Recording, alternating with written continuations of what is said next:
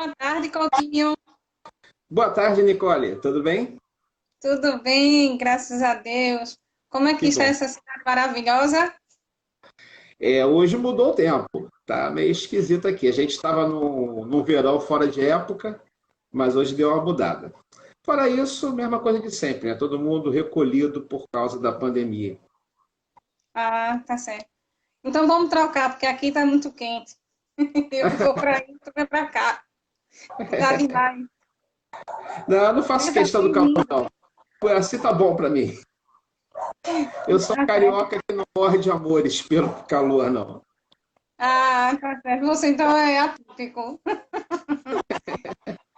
Poxa, seja bem-vindo à revista, viu? É um Obrigado. prazer tê-lo aqui conosco. O prazer é meu. E para quem não conhece, esse nosso querido convidado é Marcelo Coutinho. Ele é diretor de Sectorball e regras na Confederação Brasileira, isso. Isso. E ele vai falar um pouquinho sobre futebol de mesa como uma modalidade esportiva, que ela é uma modalidade esportiva que inclui toda a família brasileira, desde o Verdade. homem, a mulher, a criança e o idoso, e também o deficiente. Sim. É, Bom, como se disse, eu sou Marcelo Coutinho, eu sou diretor da Federação Internacional, da Confederação Brasileira, da Confederação Sul-Americana, da Federação do Rio de Janeiro e coordeno o meu clube, que é o Bangu. O departamento já existe há 13 anos. Assim como também o futebol de mesa já é um esporte reconhecido há bastante tempo. O esporte começou a se organizar nos anos 60. O primeiro campeonato brasileiro foi realizado em 70. E em 1988, o antigo Conselho Nacional de Desportos reconheceu a modalidade, o futebol de mesa, como esporte. Desde então, nós somos esporte e hoje, praticamente, todos os grandes clubes do Brasil possuem departamentos de futebol de mesa. Aí no Recife, por exemplo, o Santa tem, o Náutico tem, o Sport tem, enfim, todo mundo tem. E o futebol de mesa, ele tem uma característica muito interessante como esporte, que talvez, até onde eu saiba, ou pelo menos eu me lembre de cabeça, é o único esporte em que você pratica com mobilidade. Por que com mobilidade? Para excluir o xadrez, por exemplo, do que eu vou falar agora, é o único esporte em que uma criança, um idoso, um homem, uma mulher, uma pessoa com mobilidade reduzida, seja por qual motivo for, podem participar juntos de um mesmo campeonato. Então, isso é uma coisa que a gente valoriza muito, que a gente preza muito e a gente busca trabalhar muito no nosso esporte, essa inclusão. E, como você disse, acaba tornando o esporte, inclusive, um esporte é, familiar.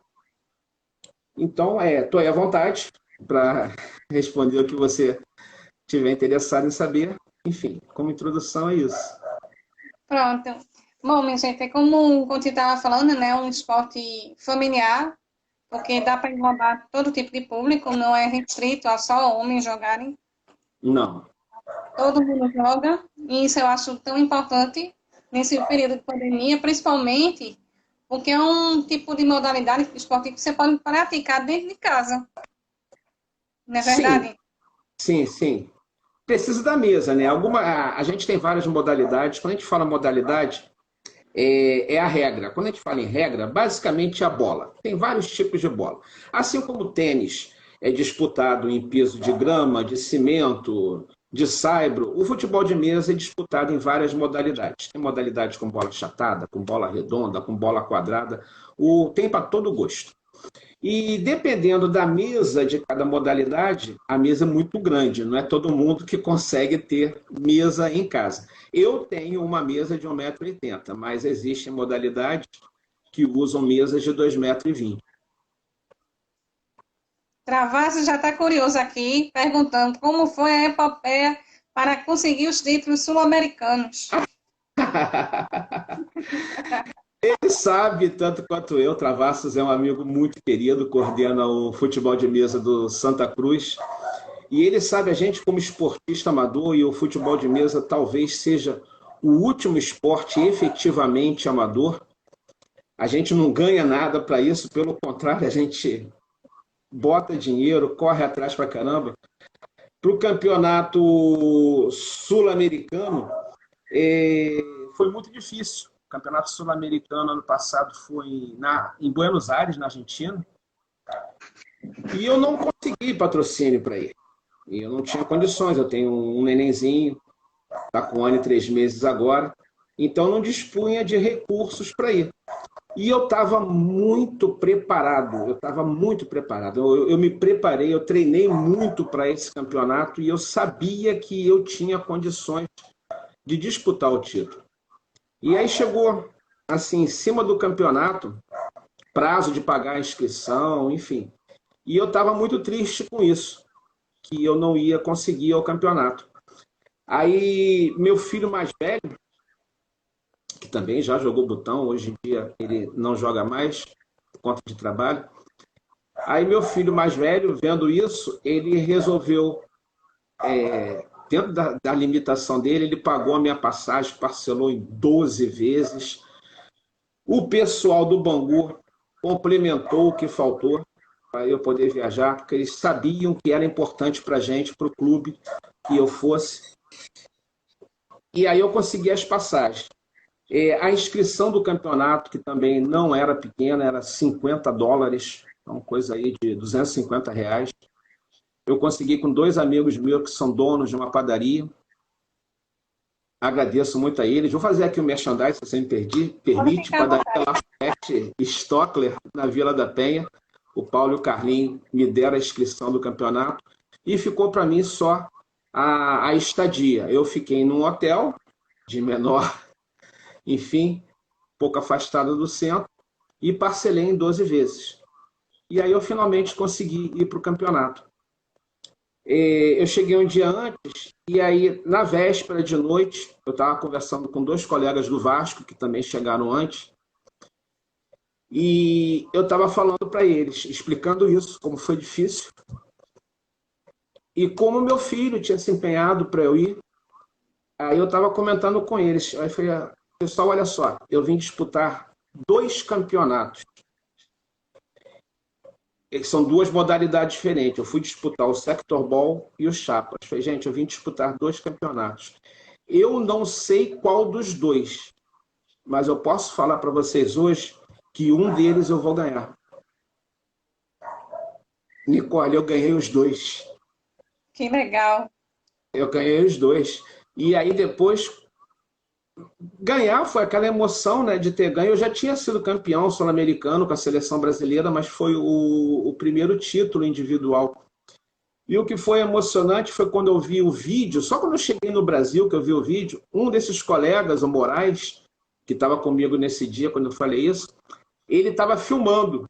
E quando eu ganhei o título, que eu abraço todo mundo e abraço ele, que está com o celular na mão, eu só escuto a vozinha dele no celular. Você falou que ia ganhar, cara. Você falou, é isso aí.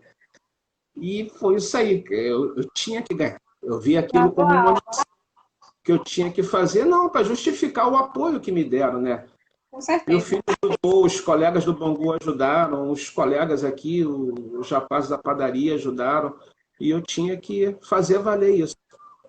Agora tu tem que mostrar o prêmio pra gente, né? Que agora a gente ficou curioso, tá por aí.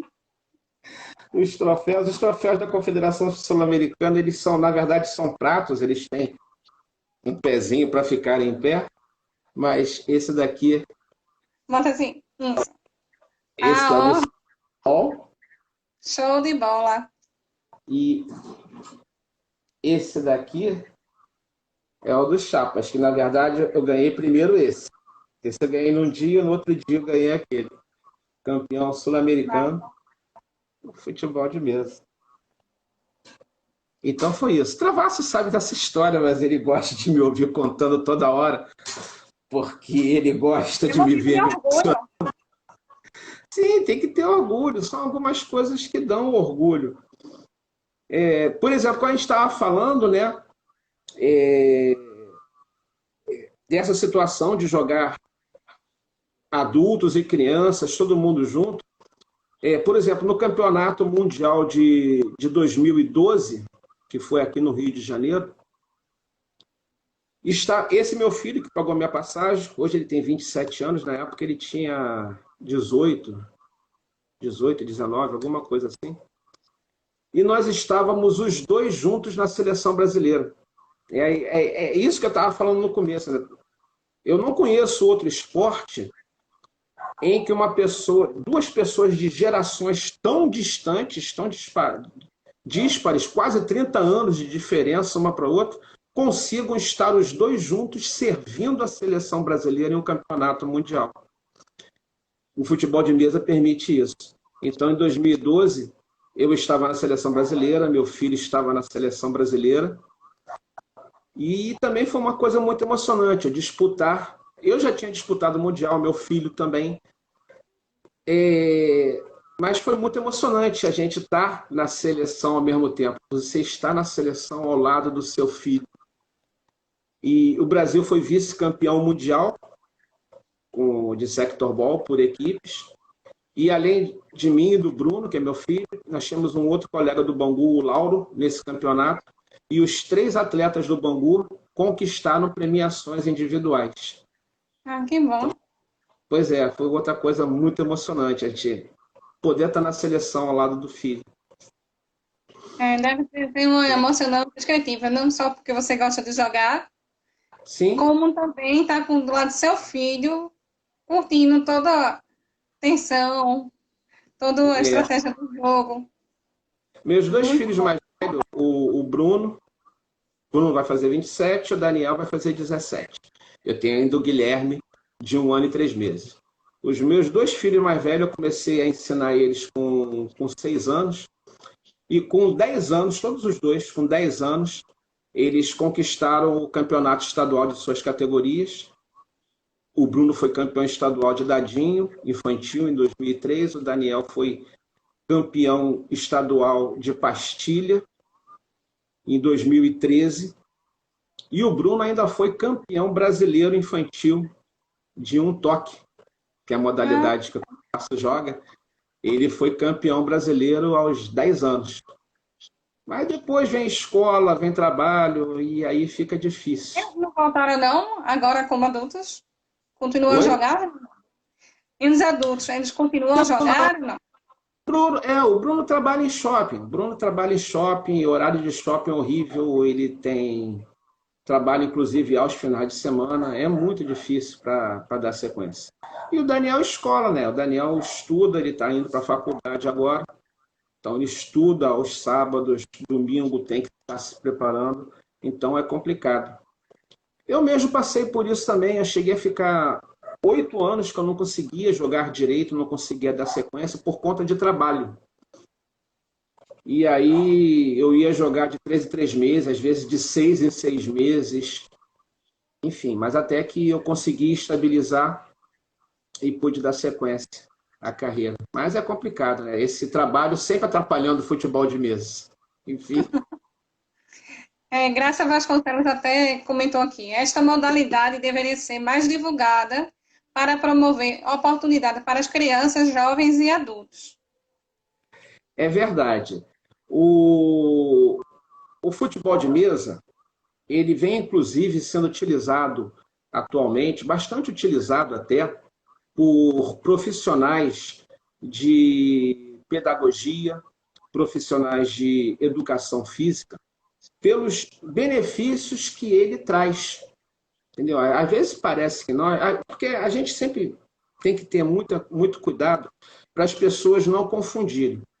Porque, infelizmente, eu não sei por qual motivo, mas todo mundo sabe que ping-pong é brincadeira de criança e tênis de mesa é esporte. Mas as pessoas não conseguem entender que jogo de botão é brincadeira de criança e futebol de mesa é esporte.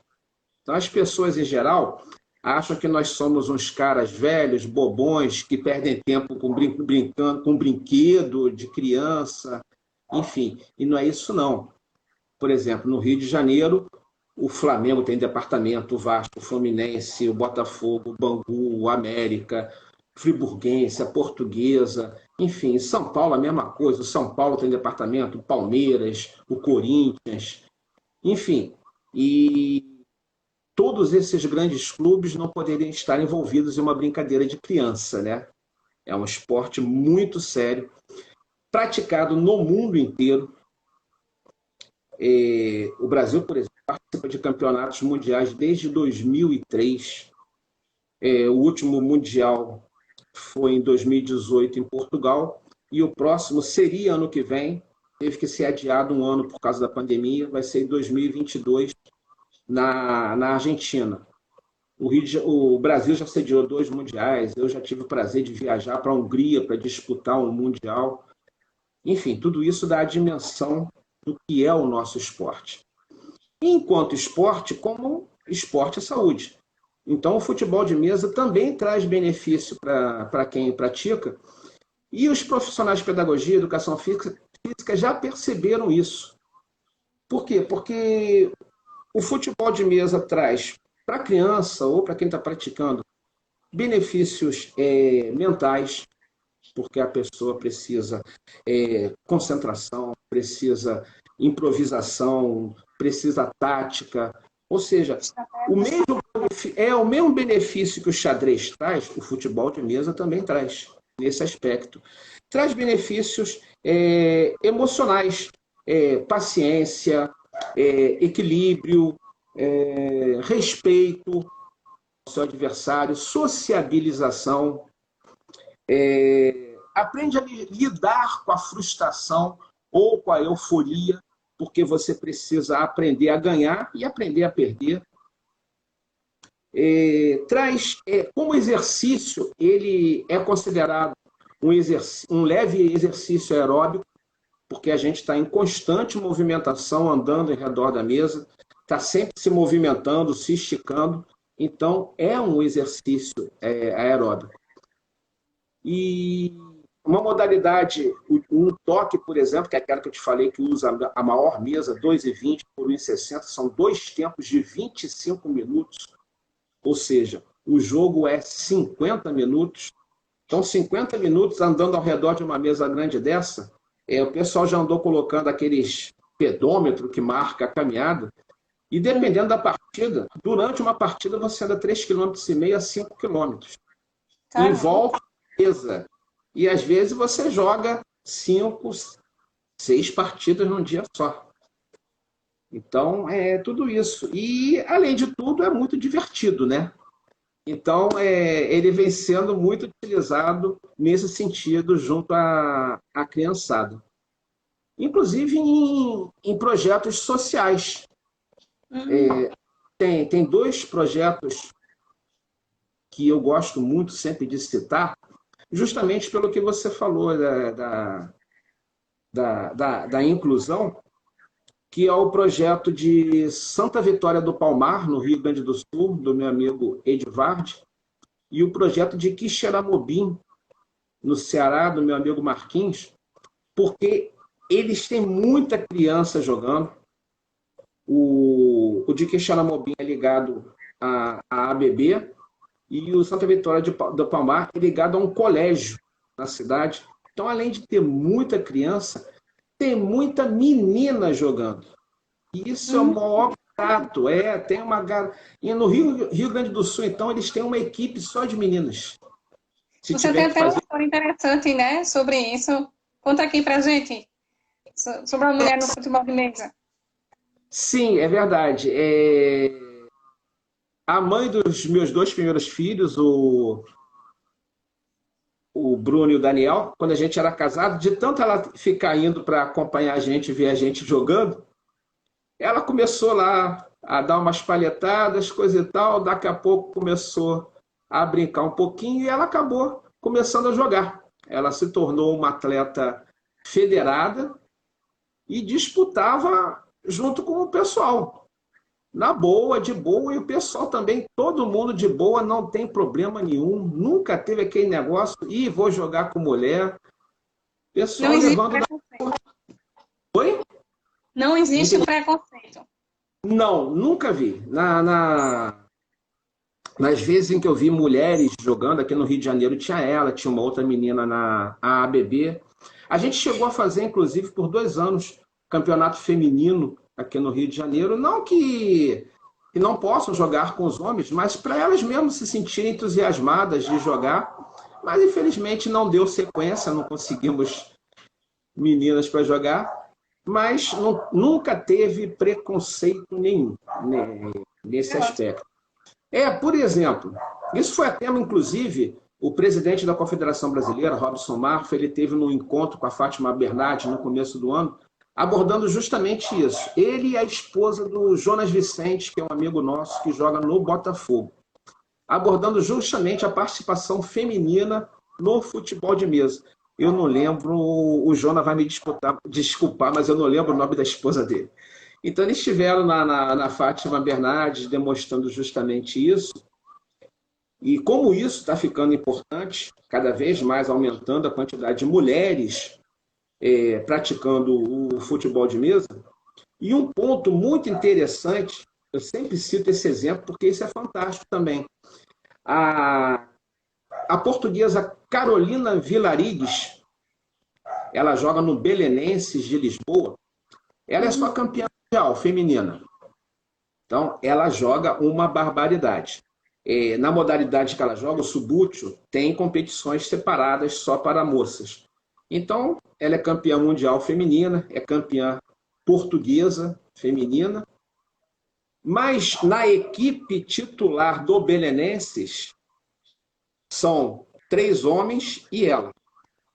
Ela é titular da equipe do principal do Belenenses. É como assim, vamos supor, a Marta, a seleção brasileira fosse 10 caras, mais a Marta no meio deles.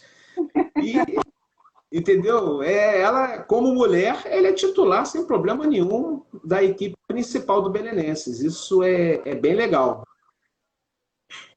Muito bom. Conceição está perguntando se existe em Recife. E respondendo, Conceição, tem sim. Sim. Até temos aqui o nosso convidado amigo Travassos, que está acompanhando conosco. Ele é diretor de desporto do Santa Cruz. E ele dispõe, sim, de um ambiente totalmente aberto para quem quer aprender a jogar. No Arruda. Mas é muito É uma. interessante essas histórias, né? Porque você Oi? vê que inclusão. Oi? Não entendi. Estou dizendo assim, é fantástico essas histórias, porque assim, falar de inclusão, a gente também pensa até em deficiente físico, né? Como você falou para mim, que eles podem até jogar também. Você Joga até. também. A gente tem vários exemplos muito bacanas. Eu, no meu clube, tenho um evento. Um desses exemplos é um cara que eu tenho profunda admiração, o Nelson. O Nelson ele sofreu um AVC com 18 anos. Ele é mais velho do que eu, estou com 54, o Nelson deve estar aí com 58. Ou seja, há 40 anos que ele convive com isso. Então, ele teve um AVC com 18 anos e ele perdeu a mobilidade de um lado do corpo. Ele não movimenta o braço esquerdo, a perna esquerda é só para apoiar, enfim. E mesmo tendo só um lado do corpo para jogar, ele joga botão na federação, normalmente junto com os outros, pratica uma modalidade que requer controle, ele joga bola 12 toques, que é com uma bola esférica, uma modalidade que requer controle fino, o Nelson consegue jogar. E uma coisa muito bacana dele, ele participou do Luciano Huck, em certa ocasião, aqueles desafios, ele propunha um desafio, se você conseguisse, você ganhava uma quantia em dinheiro. E o desafio do Nelson era fazer não sei quantos gols na mesa de botão, chutando do meio de campo. E ele não podia errar, tinha que ser na sequência, era tipo 5 gols, depois passava para 10, para ele ganhar. E o Nelson conseguiu fazer todos os gols. Ele ganhou, e com o dinheiro que ele ganhou, jogando botão no Luciano Huck, apesar de só ter a mobilidade de um lado do corpo, ele construiu a casa dele. Então, Olha aqui, olha só. Nossa, o Nelson é um cara admirável, uma figura humana fantástica, enfim, e nunca se deixou abater pelo problema dele. E até mesmo se você tiver em cadeira de roda, isso também não te atrapalha para jogar botão. A gente tem, por exemplo, o exemplo do meu amigo Rodolfo Martinelli, de Santa Catarina, que infelizmente ele perdeu a mobilidade. Hoje ele se tornou cadeirante, mas ele continua participando de campeonato. E ele joga nessa modalidade de mesa grandona. E como é que faz para ele jogar, puxar a cadeira e jogar? A esposa dele empurra ele.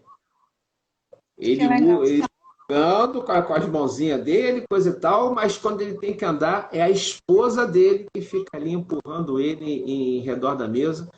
Isso é fantástico, é uma coisa linda. Não é o único, a gente tem vários casos assim de cadeirantes que jogam empurrados por filhos, empurrados pela esposa. Eu vi uma vez um vídeo de um campeonato brasileiro em 12 toques, que era pai e filho jogando o campeonato brasileiro, eles estavam se enfrentando, então já era pai e filho, sendo que o pai era cadeirante. E Ah, eles. Pois é, isso são coisas que só acontecem no futebol de mesa. Em eu 2000. acho que Ah, isso realmente é interessante, porque assim, não é só inclusão social, é assim, a união também, né? A união da sim, família fica mais unida. Como tem vários casos que o pessoal viaja junto, participa do campeonato, faz sim. amizade. E em relação a cadeirantes, eu ia complementar só que um outro exemplo que me marcou muito. Em 2015, eu fui disputar o campeonato mundial na Hungria. E aí, no jogo de duplas, eu enfrentei um senhor chamado Jorge Tilkud. Ele fez dupla com Henri Horvath, que é o presidente da Federação Internacional. E eu estava fazendo dupla com o meu xará Marcelo Lage, do Vasco da Gama. E eles são dois ótimos jogadores da Hungria. E nós ganhamos de 1-0. Foi inclusive um gol meu no último segundo. A gente cavou um escanteio, o Lages bateu para um botão meu, eu chutei, fiz o gol, o relógio tocou, o jogo acabou. Nossa, como eu gritei, eu cheguei a ficar rouco. E aí ganhamos de 1-0. E o Jorge também é uma pessoa fantástica, a gente se fala direto pela internet. E ele andava normalmente em 2015. Depois, eu não sei exatamente o que aconteceu, ele perdeu a parte de baixo, abaixo do joelho, de uma das pernas. Já um senhor de idade. E isso não o abateu. Isso foi em 2015, 2016 ele perdeu a perna. 2017 ele já estava de volta às competições. Ah, que bom. E fazendo dupla. Eu não lembro com quem ele fez dupla. Não sei se foi com o Istvan Martonf. Eu acho que foi com o Istvan Martonf, que é um atleta da Romênia. Aí ele foi disputar o campeonato europeu de sectorball na cadeira de rodas, sendo o único cadeirante, e conseguiu ficar em terceiro lugar. Foi semifinalista, chegou à semifinal do campeonato na cadeira de roda, enfrentando todo mundo andando em pé, e conseguiu ficar em terceiro lugar. Então são tanto exemplos de superação, como também são exemplos da inclusão do futebol de mesa.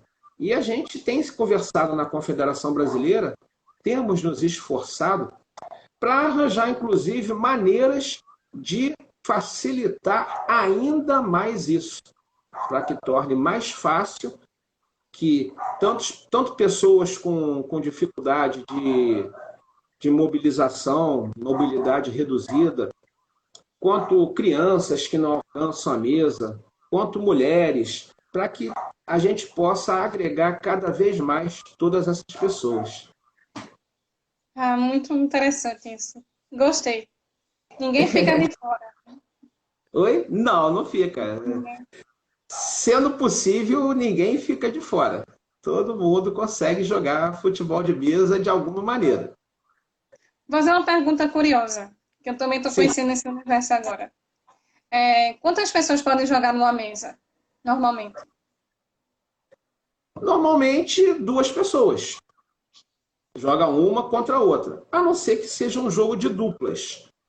Hum, Algumas modalidades, não todas, mas algumas modalidades possuem a categoria duplas. O sectorball tem, a disco com goleiro móvel, que é uma regra da Paraíba, também tem jogo de duplas. Então, quando é um jogo de duplas, jogam quatro pessoas em volta da mesa. Mas normalmente são duas. Uma contra a outra, e algumas modalidades têm árbitro, nem todas. Tem algumas modalidades que você joga sem árbitro, outras precisa de um árbitro. Então são duas jogando e uma terceira como árbitro. o Ziclau está comentando aqui, as escolas, principalmente particulares, precisam fazer essa inclusão. Às vezes, elas fogem dessa responsabilidade. Sim, é verdade. É, Escola pública é sempre mais complicado, que depende de um monte de outros fatores, né? Mas as escolas particulares é até mais fácil de trabalhar. Na escola onde meus filhos mais velhos estudaram, o Bruno e o Daniel, eu estava sempre fazendo evento de futebol de mesa com eles, eles tinham uma abertura muito boa, e a gente carregava a mesa do clube para a escola, enfim. E tem esse exemplo, né, do projeto social lá em Santa Vitória do Palmar, que é dentro de um colégio, eu não lembro o nome do colégio, o Edvard vai me desculpar, mas enfim, o colégio dá total apoio ao projeto, é uma garotada, é muito grande, e eles fazem, é, tentam intercambiar a aula, fazem um horário que as crianças possam ir à aula e depois possam ir ao futebol de mesa, entendeu? É um trabalho de abnegação muito grande, com o apoio irrestrito do colégio. Independente disso, pelo menos aqui no Rio de Janeiro, né, que é onde eu moro, tem muita escola envolvendo. Muita escola tem. A gente pode até dizer que a maioria das escolas tem a sua mesinha de botão, mesmo que não vá ninguém, nenhum atleta para ir lá ministrar, o professor de educação física dá o jeito dele. Como eu disse, né? Porque as pessoas entenderam que é um esporte que traz benefício para a garotada, para todo mundo que pratica. Entendi. Será que um dia vamos chegar à Copa? Copa não, Campeonato Mundial, nós temos Campeonato Mundial. O campeonato já O, tem. tem, o futebol de mesa tem Campeonato Sul-Americano, né, aqueles troféus que eu mostrei, e tem Campeonato Mundial também. Depende da modalidade. Algumas modalidades é de 2 em 2 anos, outra é de 3 em 3 anos, mas temos Campeonato Mundial também. Os últimos campeonatos, por exemplo, o Sectorball, que é a minha modalidade principal, os últimos campeonatos mundiais foram 2009 na Hungria, 2012 no Rio de Janeiro, 2015 na Hungria de novo, só que em 2009 foi em Budapeste, 2015 foi em Debrecen. 2018 em Lisboa, esse campeonato, inclusive, Lisboa era reserva, era sede reserva, ele estava marcado para o Japão. Mas Hum, aí deu um problema, o Japão não conseguiu, e aí Portugal matou no peito com a ajuda da Confederação Brasileira e realizamos em Lisboa, no estádio do Restelo, que é o estádio do Belenense, e o próximo agora, 2022, para Buenos Aires, na Argentina. O sul-americano, o último foi em Buenos Aires, o desse ano seria em Valparaíso, no Chile, que também teve que ser adiado por causa da pandemia, então ficou para 2021. As nossas próximas competições internacionais, Sul-Americano 2021 em Valparaíso, no Chile, Campeonato Mundial 2022, Buenos Aires, na Argentina. E os planos agora após a pandemia, Coutinho? A confederação, quais são os planos da confederação? É, a gente tem tratado isso com muito cuidado desde o começo da pandemia.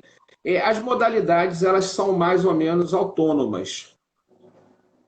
A Confederação Brasileira é dividida em vice-presidências e cada vice-presidência coordena uma modalidade. Algumas se adiantaram, por exemplo, a nossa, que é das regras internacionais, suspendeu logo tudo, não tem competição esse ano. Outras tentaram transferir mais para frente, mas agora estão todas se conscientizando que não vai dar para jogar botão esse ano. Muito, muito difícil, é muito difícil a gente jogar. Porque não é só a questão de você botar máscara, porque a gente precisa ficar confinado todos no mesmo ambiente. Então, não vai ser uma assinatura num papel que vai dizer que o vírus foi embora. Ó, assinei aqui, acabou a quarentena, o vírus foi embora. Não, não foi não. Ele vai ficar aí.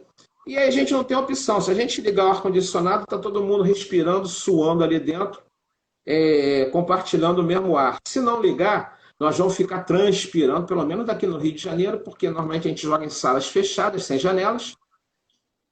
A climatização é justamente porque elas são climatizadas. Então, como é que vai fazer? Vão ficar ali transpirando. E outra, não adianta você estar com máscara de acetato, porque no momento que eu tiver positivo, posso nem saber, posso estar sintomático. E a bolinha caiu no chão, peguei a bolinha, dei a bolinha na sua mão. Você pegou a bolinha que eu acabei de tocar. Eu já vou estar passando vírus para você. Mesma coisa da mesa. Eu botei a mão na mesa, acabei de jogar, levantei da mesa. Você vai e bota a mão na mesa no mesmo lugar que eu botei. Eu já passei o vírus para você. Então, o entendimento que está sendo já quase unânime na CBFM, Confederação Brasileira de Futebol de Mesa. Somente uma modalidade ainda não cancelou, ainda remarcou seu brasileiro para novembro e está na última já, porque daí não tem mais para onde ir. Se não conseguir fazer, vai cancelar. As outras já cancelaram suas atividades. Aqui na Federação do Rio de Janeiro, a vice-presidência de regras internacionais também já suspendeu a atividade do ano. A gente não joga mais esse ano. A vice-presidência de um toque também já suspendeu. E até por conta dos nossos próprios clubes estarem fechados. Mesmo que a gente queira jogar, os clubes estão fechados.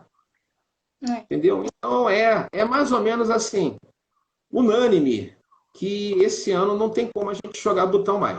A gente está pensando já para o ano que vem, se for possível, né?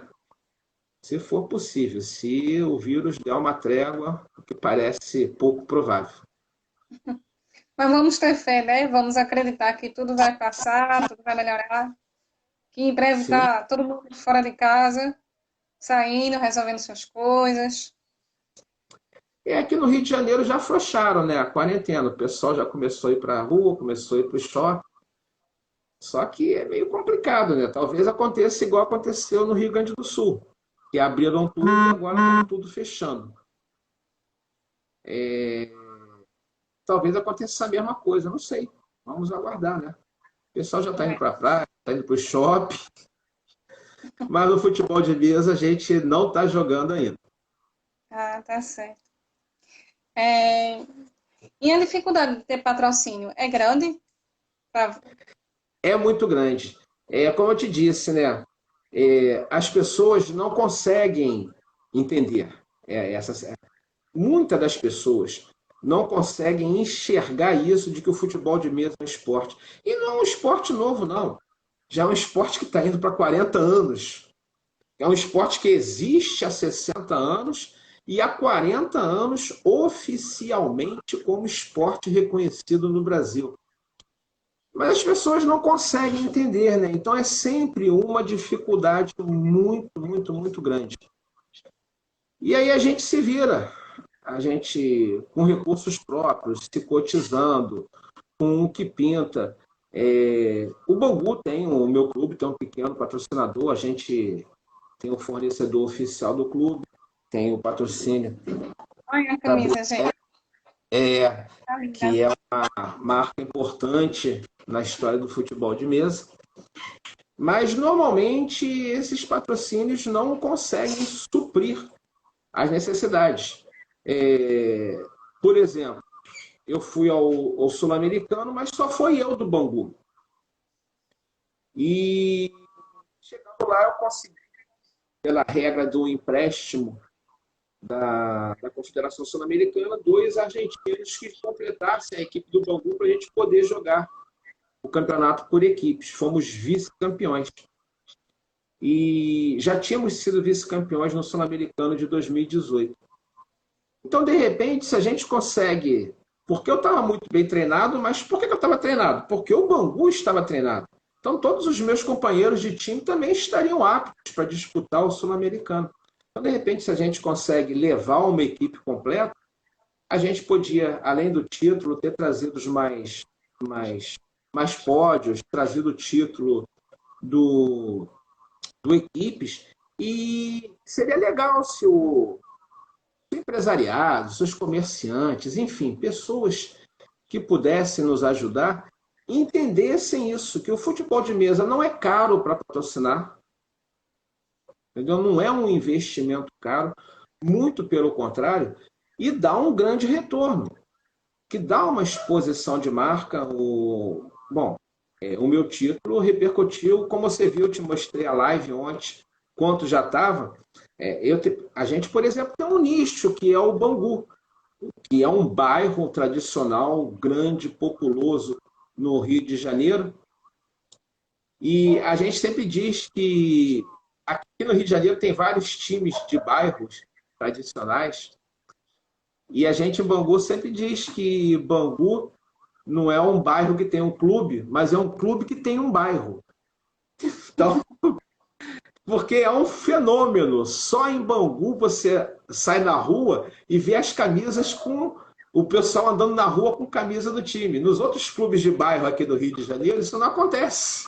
Mas em Bangu acontece. Então, tem uma visibilidade, tem uma exposição muito grande. E são coisas assim, são meias que épicas. Eu ganhei a final do Chapas, eu ganhei contra um atleta da Argentina, e a final do Sector Ball eu ganhei contra um atleta do Vasco. Então, o futebol de mesa é um esporte que o Bangu ganha o Vasco.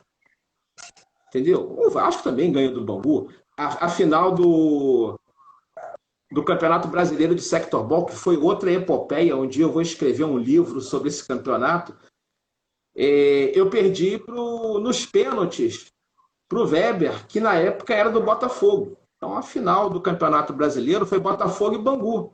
E hoje, o Weber não está mais no Botafogo.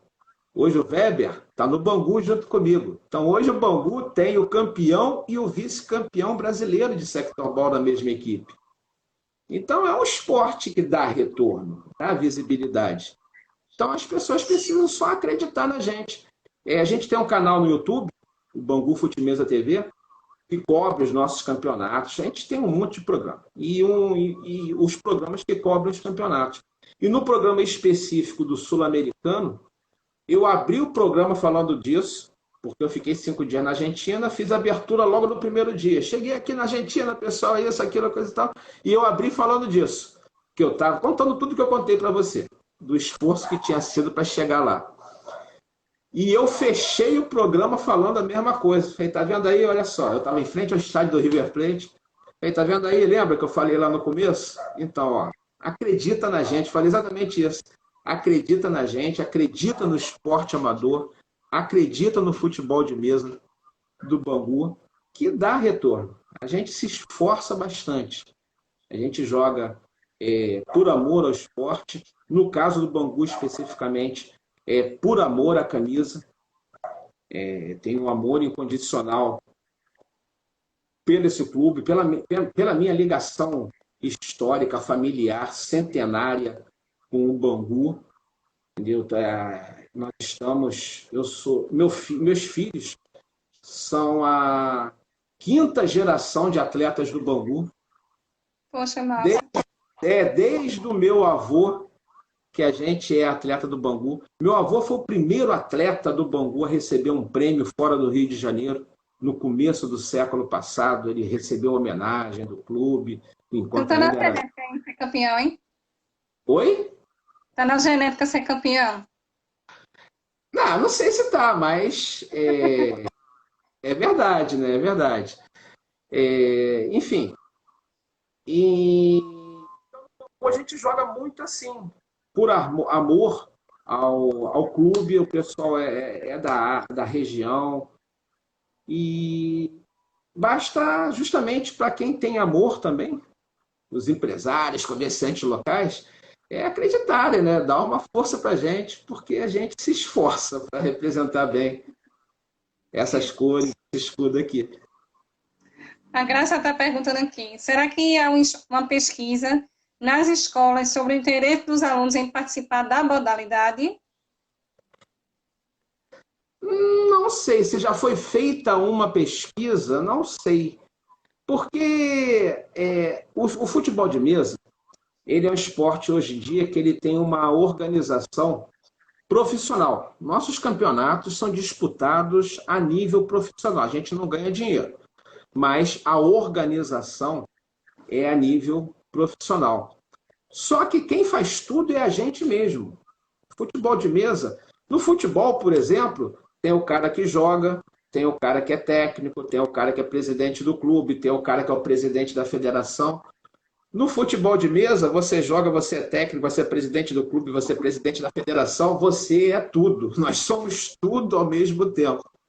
E como a gente estava conversando, né, do trabalho atrapalhando sempre o futebol de mesa, às vezes não sobra literalmente tempo para a gente fazer certas coisas e nem nós temos dinheiro para isso. Então, eu realmente não sei se já foi feita uma pesquisa em escolas. Primeiro, porque a gente não teria tempo para isso e não teríamos dinheiro para contratar um instituto, enfim, uma empresa que pudesse cuidar disso para a gente. Mas a gente se esforça, dentro das nossas dificuldades, a gente se esforça bastante e estamos muito felizes com tudo que nós estamos fazendo. Travassos até está comentando aqui: quando vamos às escolas, o interesse é grande. Muitos se divertem bastante, é muito bacana. Sim, verdade. Como eu disse, né? Eu fiz muita escola no colégio que meus dois filhos mais velhos estudaram, mas até isso é complicado. Por quê? Porque eu sempre tive facilidade de horário. Porque agora eu já estou aposentado, então tem horário. E antes de me aposentar, eu trabalhava em escala de revezamento de turno ininterrupto. Então eu mudava de horário de 3 em 3 dias. Então tinha dia que eu estava trabalhando de manhã, tinha dia que eu estava trabalhando de tarde, tinha dia que eu estava trabalhando de noite. E tinha dia que eu não estava trabalhando, eu estava de folga. Podia ser uma quarta-feira e eu estar de folga. Mas para folgar quarta-feira a gente trabalha sábado e domingo, tá? Não, não acho que é fácil, não. Então eu era petroleiro, né?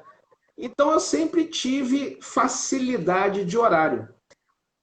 Nem todo mundo tem essa facilidade. Aí, por exemplo, eu conseguia alguma coisa em escola, mas não tinha ninguém para ir comigo me ajudar a fazer.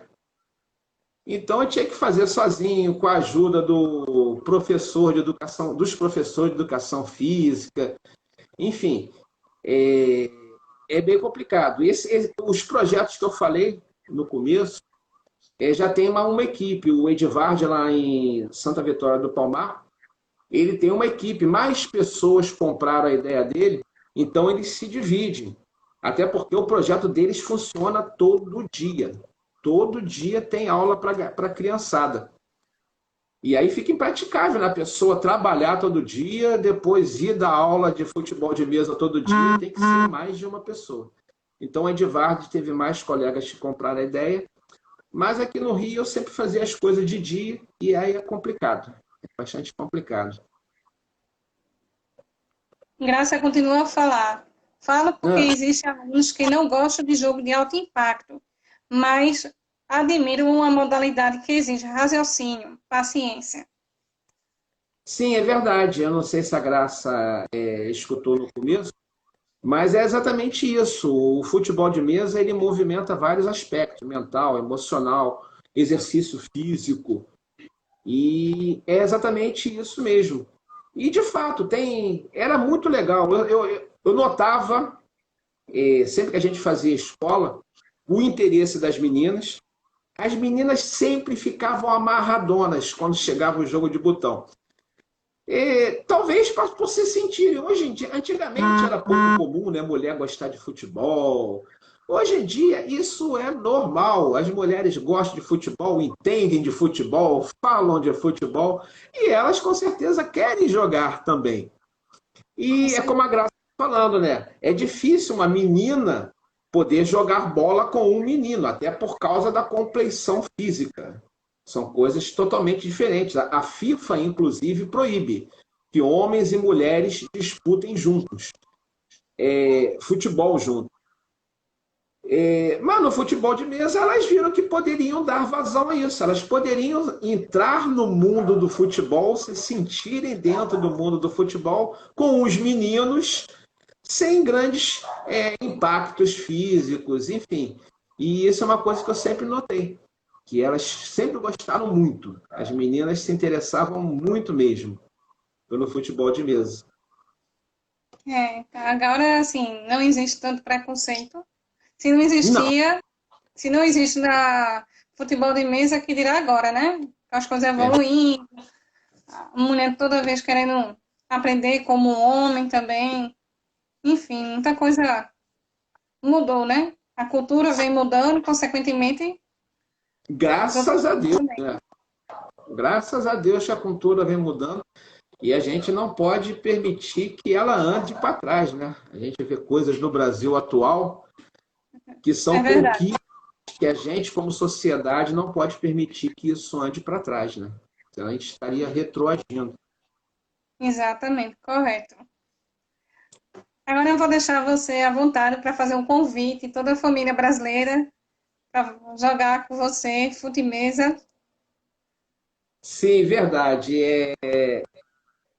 Bom, quem assistiu a gente, né? Quem se interessou, procura na sua cidade, procura no Facebook, procura os sites do clube, o site da Confederação Brasileira. Com certeza, na sua cidade, no seu estado, tem um clube de futebol de mesa. A Confederação Brasileira tem 19 federações federadas. São 27 estados, então somente 8 estados não possuem uma federação de futebol de mesa.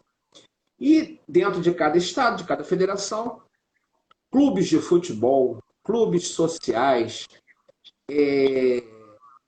existem clubes específicos de futebol de mesa que funcionam em salas comerciais. Então, busque, se informe e vá conhecer o futebol de mesa. Futebol de mesa é um esporte que pode ser praticado por toda a família junta. Pode jogar pai, mãe, filho, filha, neto, avô, enfim, todo mundo joga junto, todo mundo se diverte. Você vai passar momentos muito agradáveis. O clima, o ambiente do futebol de mesa é muito legal. Tem essa característica da amizade. A gente forma, inclusive, laços de amizade com colegas de outro clube. Às vezes você é super amigo de uma pessoa que, na verdade, nem joga no teu clube, porque o futebol de mesa aproxima. E isso é uma outra coisa muito importante, a sociabilização do futebol de mesa. O futebol de mesa permite, por exemplo, que ali na mesa, naquela hora, estejam pessoas que no seu dia a dia normal talvez nem se encontrassem. Pessoas de profissões díspares, não que uma profissão seja maior do que a outra, mas que, dada a realidade, pessoas que talvez nunca se encontrassem, nunca conversassem na vida, mas que se enfrentam numa mesa de botão e ali surgem amizades absolutamente improváveis. Poxa, quando que você achar que um rapaz daquela profissão ia ser amigo daquele rapaz daquela profissão? Aquele rapaz que mora no bairro X seria amigo daquele rapaz do bairro Y? Isso acontece no futebol de mesa. Esse congraçamento. Então, eu recomendo bastante. Jogue, se divirta, faz bem pra caramba, é divertido. Enfim, procure o clube mais próximo de você, um convite especial. às mães, aos pais, porque a gente passa muito por isso. Uma vez eu estava conversando com o Travasso sobre isso. Existe muita criança que quer jogar botão e ela não dá sequência porque não tem um pai ou uma mãe que leve. Entendeu? Não tem alguém que leve a criança para jogar botão. Aí bota é, a criança no curso de línguas, bota para fazer uma arte marcial que ela não está afim. Não que isso não seja importante, mas é. Mas sobrecarrega as crianças tanto de atividades que às vezes elas não estão nem tão afim assim de fazer, e ela queria estar jogando um botãozinho e ninguém leva ela para jogar. Então faça esse esforço, leve suas crianças, com certeza não vai se arrepender. Eu tenho exemplo em casa, meus dois filhos jogavam, a gente viajava juntos, jogava juntos, enfim. Até hoje, de vez em quando, eles estão limpando os botões deles, estão impossibilitados por conta de falta de horário, mas é uma coisa que realmente aproxima muito. Aqui no Rio de Janeiro, o pessoal, inclusive, falava o clã Coutinho, que eram tantos coutinhos jogando futebol de mesa que nós viramos o clã. Porque, além disso, tem primo meu jogando, enfim. É, Então, uma família inteira está no futebol de mesa. Travassos está comentando aqui que tem muita gente que deixa de estar depressivo por causa do jogo do botão, né? Que tem Ah, várias. com certeza. Você viu a comemoração, que não dá para a gente mostrar aqui, né? Mas você viu a comemoração de quando eu ganhei o primeiro, inclusive, que aquela extravasada, e normalmente, Isso aí, para todo mundo acompanhar. pô, e normalmente eu comemoro gols assim, né? Às vezes o campeonato tá mais devagar, uma coisa e tal, aí tu faz gol, fica na sua. Mas não tem nada melhor que você meter um gol bonito, um gol difícil, um jogo que estava amarrado e você dar um gritão, botar para fora. Não tem depressão que resista a um grito de gol. Isso com toda certeza. É isso, Coutinho. Muito obrigada pela essa tarde maravilhosa conosco. Foi Eu, ótimo o papo. Vai ter sempre um espaço aqui, você, Travassos, qualquer outra pessoa do futebol de mesa, quiser vir aqui conversar. A revista está sempre aberta para vocês. a gente precisa mesmo. Todos os espaços são muito bem-vindos. Qualquer oportunidade de divulgação, a gente agradece. Porque a gente não tem muito espaço na mídia, né? Eu, inclusive, alguns anos eu tenho evitado de dar entrevista. Eu era muito procurado no passado, porque é uma coisa que começa a me irritar, porque inevitavelmente as pessoas abrem a entrevista, o futebol de mesa, a brincadeira de criança que virou coisa séria. Não, não é nada disso, não. Tem nada de brincadeira de criança que virou coisa séria. É um esporte. Uma vez quando eu estava indo para a Hungria, deixa eu ver se tem tempo, tem 5 Só minutos. temos 50 segundos. 50 segundos, essa daí eu conto depois. Pronto, No vou tempo. combinar outra live para você conversar com a gente, tá certo? Nicole, brigadão. Brigadão por tudo. Um abraço aí a todo mundo. Abraço, Travassas. Tá aqui, Abraço, viu? pessoal. Obrigado. E abraço a todo mundo que Passa aqui. acompanha a gente. Muito obrigado. Até outro dia. Tchau. Se Deus quiser. O Bangu tem também a sua história, a sua glória, enchendo seus fãs de alegria. De lá pra cá, surgiu o Domingos da Guia. Em Bangu seu clube vencia, acerta um feriado, comércio fechado. A torcida reunida até parece a do Fla-Flu. Bangu, Bangu, Bangu. Em Bangu se o clube vencia, na seta um feriado, comércio fechado. A torcida reunida até parece a do Fla-Flu. Bangu, Bangu, Bangu.